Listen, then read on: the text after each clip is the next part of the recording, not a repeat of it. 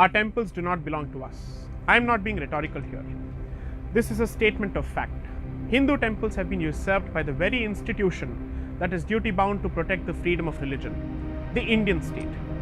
In states like Tamil Nadu, for every 100 rupees that you donate to a temple under state control, which is almost every temple, 18 rupees land in the coffers of the government. Effectively, Hindus pay a religious tax, a kind of jizya, for donating money to religious causes dear to them. Remember that the next time you visit a temple. However, that's not all. Bear with me a few minutes more. The story of the government takeover of temples began in 1925, when the British government passed a legislation that allowed them to interfere in the running of Hindu temples in the Madras Presidency, which included all of the present-day Tamil Nadu and Andhra Pradesh and large parts of current-day Karnataka, Kerala and Odisha. But why 1925? With the active support of missionaries, the so-called self-respect movement in South India had gathered momentum in the decade preceding this legislation. As part of this movement, the Aryan invasion theory had gained significant traction thanks not only to the British but also the proponents of the so-called Dravidian movement, who used this rather wishful theory to vilify all institutions associated with Brahmins, who they imagined to be the descendants of the Aryan invaders. Notwithstanding the completely unscientific basis of their politics, the ideologues of this movement held a great sway in the political climate of the era, and in their endeavor to deprive the Brahmins of the power they allegedly held, namely that of running the affairs of the temples, these social justice warriors of the day ended up destroying the livelihoods of several other groups within the Hindu fold, which had a specific function and a specific place in the temple ecosystem, which consisted of pahalwans, flower sellers, sculptors, performing artists, and so on and so forth. But the real damage was yet to begin, and ironically, it happened not under the colonial rule, but when India became a free country. In 1951, the Shirur Mutt in Udupi, along with two other major temples, was notified for takeover by the state under the Madras Hindu Religious Endowments Act of 1927, which was then replaced by the Madras Hindu Religious and Charitable Endowments Act of 1951. This led to a legal battle in the Madras High Court and eventually in the Supreme Court of India, which in 1954 struck down some of the central provisions of the legislation as unconstitutional and illegal. But in 1959, a new legislation was brought in by the state government, which effectively rehashed the very same provisions that were struck down 5 years earlier by the highest court of the land. This legislation is in force even today and remained unchallenged right until the late Pujya Swami Dayananda Saraswati ji stepped in the year 2012 to challenge the Hindu religious and charitable endowment legislations of Tamil Nadu, Andhra Pradesh and Puducherry.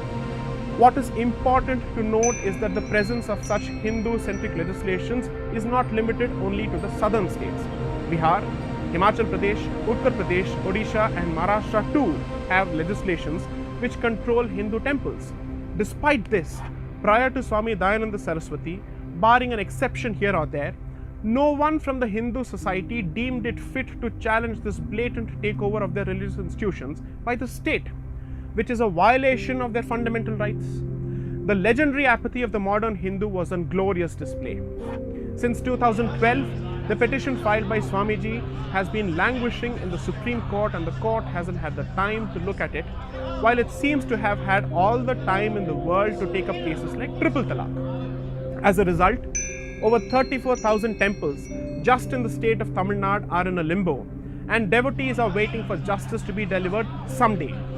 But why is the issue important, and why should the Supreme Court take it up with more alacrity than it has so far? Point number one, state control of temples encourages corruption.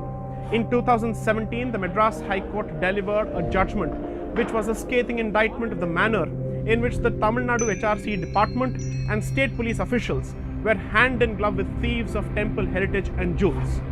This was not a one-off instance, and such horrendous examples abound, where the meddling by the government in temple affairs leads to huge and monumental corruption. Point number two, state control of temples is inherently discriminatory. India is a secular country, which implies that the state is equally distant from all religions. However, By interfering exclusively in Hindu temples and not in the places of worship of other communities, the state becomes explicitly anti-Hindu in its orientation. Point number 3. State control of temples weakens Hindus collectively.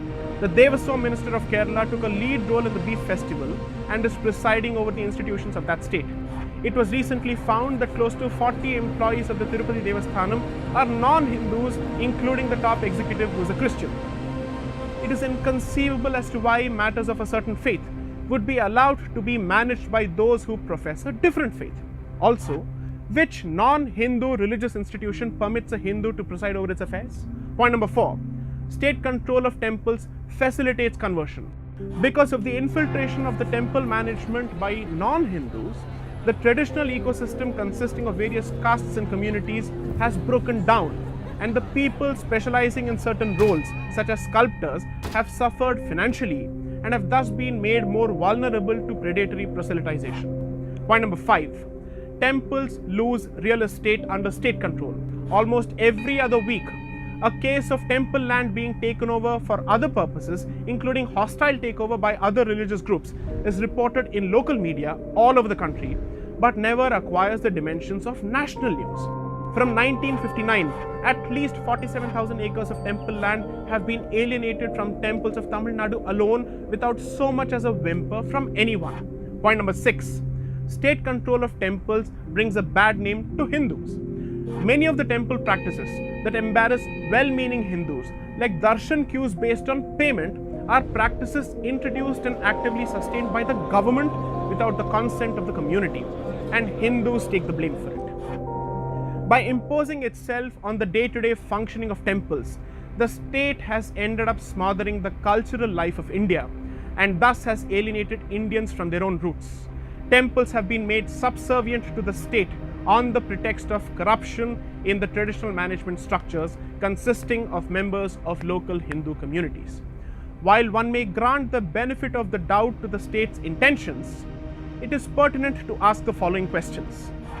Once the state has set the house in order, what prevents it from exiting? What is the reasonable duration for which the state may be temporarily allowed to take over the management of a given temple? Most importantly, is corruption limited only to Hindu institutions? After all, the church owns vast tracts of prime agricultural land in India, and corruption in its dealings is not unheard of.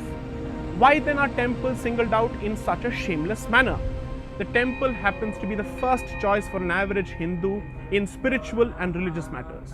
The temple is the nerve center of the Hindu society and identity, whether it is in terms of upliftment of the poor, education, culture, arts, or plain community strengthening. By taking over temples, the state has paralyzed the Hindu society. Temples in the long run will play a pivotal role in forging a sense of civilizational unity. All the resources required for a cultural resurgence of Bharat lie with the temples, and the temple in turn is in the hands of the state. The state needs to exit now. I am J. Sai Deepak, mentor of the legal team at Indic Collective for Upward.